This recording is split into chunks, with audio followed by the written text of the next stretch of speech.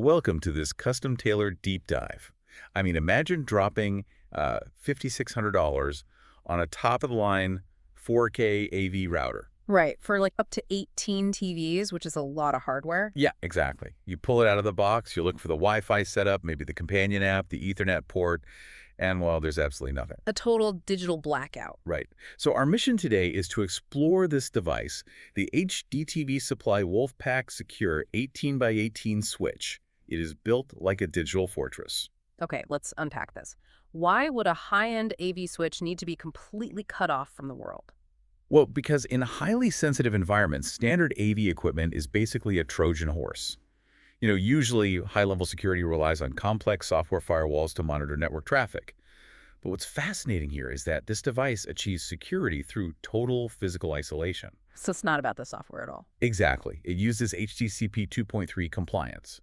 And that doesn't just block unauthorized copying, it physically encrypts the video signal at the hardware level. Wait, before it even travels down the cable? Right, locking down the data right at the source. Okay, so if you're managing sensitive data, say, in a corporate boardroom or maybe a military briefing center, you really don't want someone tapping into a smart TV's Wi-Fi to mirror what's on the screens. Yeah, that would be a disaster. Right. Here's where it gets really interesting. The strategy here is basically addition by subtraction. To understand how secure this machine is, we have to transition from what it does to, the surprising list of what it lacks. Oh, and the list of missing features is extensive. I mean, there is no Wi-Fi, obviously. No network apps, and absolutely no T6 cabling allowed. Wow, they really stripped it down. They did. They even removed the RS232 port. Which, for those of you who don't spend your weekends wiring server racks, is like the standard serial port technicians use to access the back end of a system. Exactly. By stripping that out, a hacker who physically breaches the building still can't just, plug a laptop into the back and hijack the router. That is wild. It's like taking the highly vulnerable smart home concept and just aggressively regressing it into this impenetrable dumb cave. Mechanically, the lockdown goes even deeper than that. The core firmware operates on a non-reprogrammable ROM. Oh, so even if malicious code somehow made it onto the device? The physical memory chip simply cannot be rewritten. Malware can't persist because the hardware literally rejects new instructions. Plus, the physical chassis itself is fortified. With, secure cabinet screws, right? Right, secure screws and anti-tamper switches. The only way to change an input is to physically stand in front of the box and press the LCD panel buttons. Okay, I get the security aspect, but I have to play devil's advocate here. So what does this all mean for maintenance?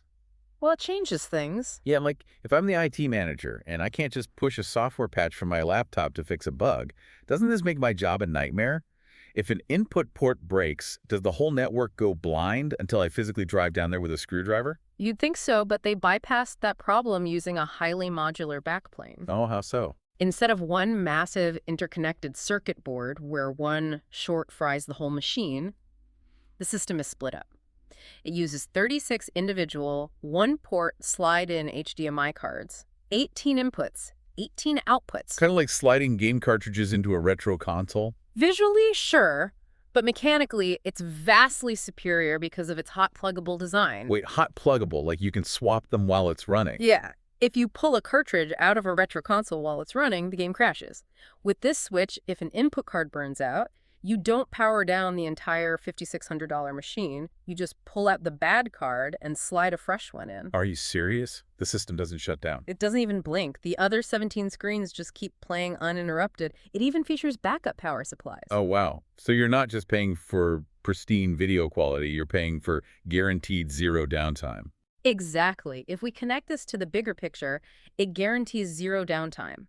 In a high-security environment, the absolute inability to remotely patch or access the device isn't a flaw, it's the exact core mechanism that makes it fail-safe. Right. By physically separating every input and output, you contain any potential hardware failure to just one single screen. And completely shut the door on remote software attacks. So whether you are outfitting a command center or just thinking about the tech in your own living room, the core takeaway for you is pretty powerful.